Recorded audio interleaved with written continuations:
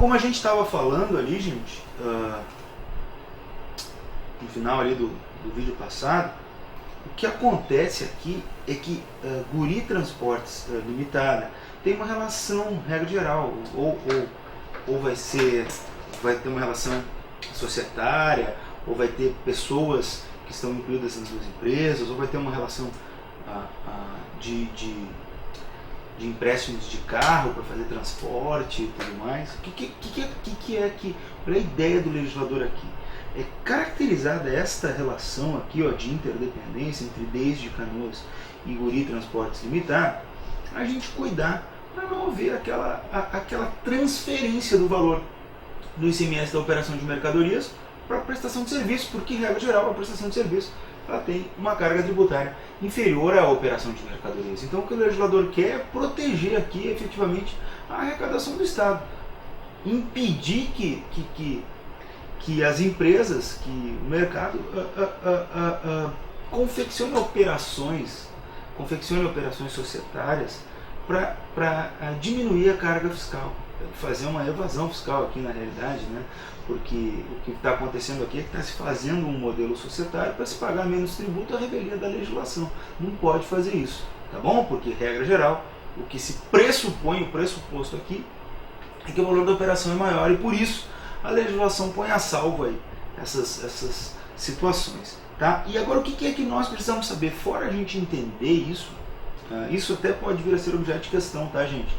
Pode vir a ser objeto de questão se ele disser que as empresas são interdependentes, que o valor do frete foi cobrado acima do valor do mercado. Vocês têm que pegar esse valor acima, como eu fiz aqui, e colocar lá na base de cálculo da venda de mercadorias. Ou seja, quando a gente for fazer o cálculo do ICMS devido pela operação, regra geral, o ICMS devido pela operação vai ser R$140 e não 120. O que é que acontece aqui? O que acontece aqui é que a gente tem que saber efetivamente quais são as características para caracterização da interdependência entre duas empresas. E aí eu quero meu ponteirinho marca-texto amarelo para mostrar para vocês aqui o que o parágrafo único do artigo 17 da Lei Complementar 87 traz como pressuposto. Olha lá, considerar-se-ão interdependentes duas empresas quando? E nós temos 3 incisos que nós temos que saber.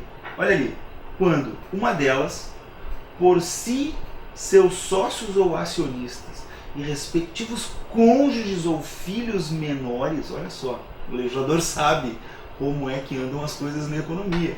Eles sabem que as pessoas podem inclusive formar empresa lá com seus filhos ou cônjuges para fazer isso. For titular de mais de 50% do capital da outra. Aqui nós temos que ter uma empresa e tem outra empresa que tem lá, por exemplo, um cônjuge de um dos sócios ou acionistas daquela empresa que faz operação de circulação de mercadorias dentro do contrato social de uma empresa que faz prestação de serviço de transporte. E dentro dessa pessoa tem que ser titular de mais de 50% do capital desta outra operação. Beleza?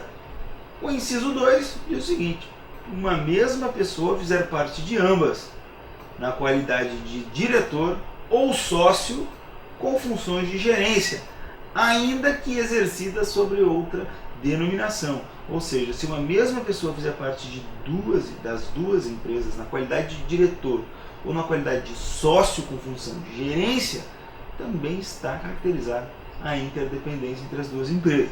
Então, não pode ser, não basta ser somente sócio, tem que ser sócio com função de gerência, ainda que exerça isso sob outra denominação. Mas o que a legislação põe a salvo é efetivamente aquela situação em que o indivíduo é sócio, mas não, eu não sou o gerente, mas no dia a dia lá é ele que toca aquela outra empresa. Então, nesse caso, pode-se atribuir essa disposição da Lei Complementar 87.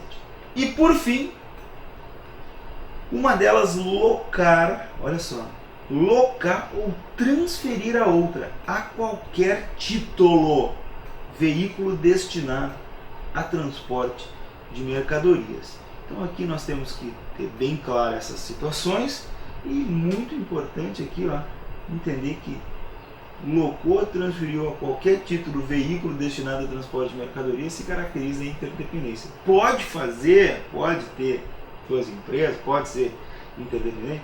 Claro que pode, não tem problema algum. pessoas de bem que querem fazer uma operação e uma prestação adequadas à legislação podem fazer, não tem problema o cara ter outra empresa. O que ele não pode é transferir o valor da base de cálculo da operação de circulação de mercadorias para a prestação de serviço. É isso que ele não pode fazer. Ele pode ter uma empresa e cobrar o valor normal? Claro que pode, não tem problema algum, pode fazer isso. Pode, ele é sócio de duas empresas e as empresas cobram valores condizentes com a realidade do mercado. Pode fazer isso? Claro, não tem problema algum. Que a legislação quer livrar aqui é a manobra para se pagar menos tributo na operação de circulação de mercadorias. Beleza, gente? Tranquilo esse artigo? Literalidade, muito importante saber quais são as situações que abrangem isso, né?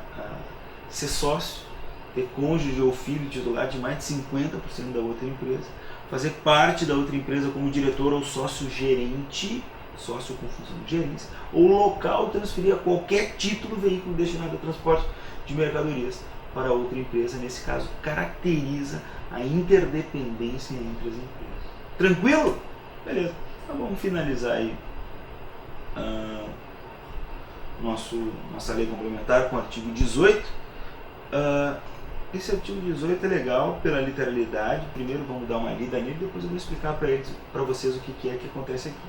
O artigo 18 é o seguinte: quando o cálculo do tributo tenha por base ou tome em consideração o valor ou o preço de mercadorias, bens, serviços ou direitos, a autoridade lançadora, quem é a autoridade lançadora? Vocês, mediante processo regular, arbitrará aquele valor ou preço, sempre que sejam omissos ou não mereçam fé as declarações ou os esclarecimentos prestados, ou os documentos expedidos pelo sujeito passivo ou pelo terceiro legalmente obrigado, ressalvar, em caso de contestação, a avaliação contraditória, administrativa ou judicial.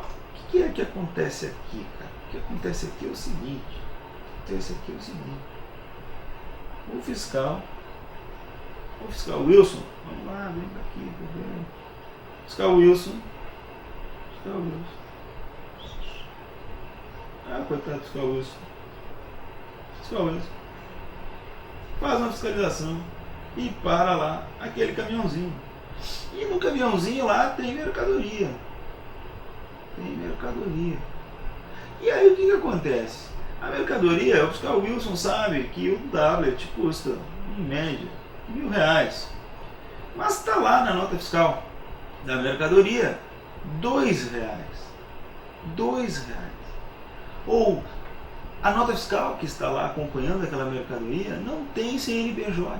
Ou seja, quando ele se depara com uma situação em que ele não consegue utilizar aquela base fática ali que existe para ele para fazer o lançamento, o fiscal Wilson vai lá e arbitra, diz o seguinte: olha, o valor aqui na realidade é X.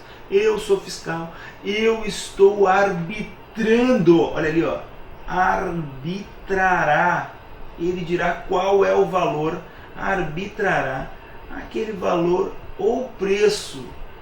Quando o cara paga, ele sempre seja um omisso, ou seja, não tenha o valor efetivo, ou não mereçam fé as declarações ou os esclarecimentos prestados ou os documentos expedidos pelo sujeito passivo ou pelo terceiro legalmente obrigado.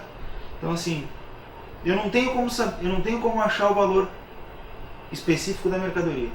Aquele valor que está ali está subfaturado, eu tenho certeza, não pode um tablet custar R$2. Ou não tenho como fazer aquele com base nas informações que são prestadas pela pessoa que está transportando ou que está guardando a mercadoria, eu não tenho como chegar na base de cálculo real. O que o fiscal faz? O fiscal vai lá e diz assim: olha, eu sei, eu tenho fé pública, eu sou autoridade pública, eu vou dizer qual é o valor da base de cálculo aqui, qual é o valor que vocês vão ter que pagar de tributo. Mas, claro, ressalva sempre a contestação, ou seja, uma avaliação contraditória. Pode fazer isso? Claro que pode. Fazer uma impugnação do auto-lançamento e diz lá, olha, o fiscal arbitrou aqui de forma errada. Eu quero uma avaliação de um perito, por exemplo. Pode fazer isso? Pode, não tem nenhum problema. Está lá, ressalvado em caso de contestação, a avaliação contraditória, tanto na esfera administrativa quanto na esfera judicial. Então esse artigo 18 ele dá um poder para a fiscalização muito importante. A fiscalização, como parte da administração pública, ela vai lá e diz o seguinte, não, nesse caso, o valor aqui é X. Eu estou arbitrando porque eu não tenho como, com os elementos que estão presentes aqui na situação, saber qual é o valor da operação de mercadorias ou da prestação de serviço. Beleza? É um artigo muito simples, mas que traz vários poderes aí para a fiscalização. Vocês têm que saber essa situação, essa situação e também a literalidade para fins de concurso público. É bem tranquilo, não tem estresse esse artigo 18. Beleza, galerinha? Tranquilo e sereno? Então, finalizamos aí o nosso módulo 3, já vamos entrar direto do módulo 4 lá, já vamos começar a trabalhar submissão tributária e cálculo de ICMS, as operações aí com débito e crédito, vamos trabalhar um pouco de redução de base de cálculo, também vamos trabalhar um pouco de crédito presumido. Tá bom? Daqui a pouco a gente volta aí, um abraço!